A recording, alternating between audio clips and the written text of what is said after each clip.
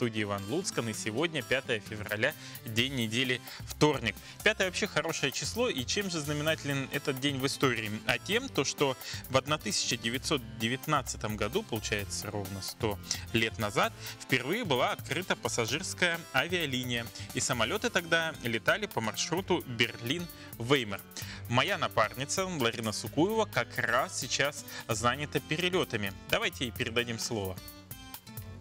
С Новым днем, Республика! Доброе утро, Иван Петрович! Сейчас почти 3 часа ночи. Я нахожусь в аэропорту города Якутска. Все потому, что через 1,5 часа большая команда творческих сотрудников МВК Саха-Якутия-24 отправится в Южно-Сахалинск для освещения первых зимних игр «Дети Азии». В целом, якутских телевизионщиков на спортивных мероприятиях будет работать в количестве 70 человек.